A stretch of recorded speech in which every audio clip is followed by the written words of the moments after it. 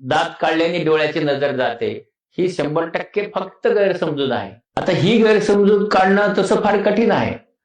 पण स्वप्नीलनं जो प्रयत्न केला आहे की ही गैरसमजूत काढावी, तर मी तुम्हाला थोडंसं विज्ञान समजावून सांगतो.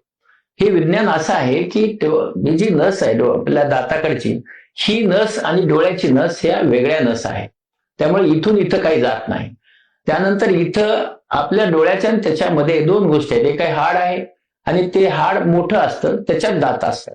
त्यामुळे तो भाग जो आहे, समजा आपण काही केलं तर त्याचा डोळ्याशी काही संपर्क होत नाही. दात काढल्याने डोळ्याची नजर गेल्याचे पेशंट आतापर्यंत मी एकही पाहिला नाही आणि तो कधीच माझ्याकडे आलेला नाही.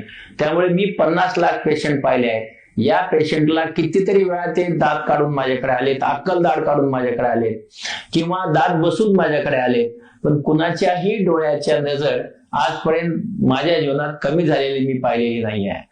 आणि म्हणून आपल्या सगळ्यांचे जे गैरसमज आहे ते दूर करून घ्या आणि दाताची ट्रीटमेंट अगदी फ्रीली करा. म्हणजे दाताच्या ट्रीटमेंट आणि डोळ्याचा काही परिणाम होतो असं डोक्यात मनामध्ये म्हणजे तिथे कसल्याही प्रकारचे किंतु परंतु आणू नका आणि आपण दाताची ट्रीटमेंट करून घ्या. दाताची ट्रीटमेंट करून घेणे हे दात वेगळा विषय आहे आणि डोळा वेगळा विषय आहे.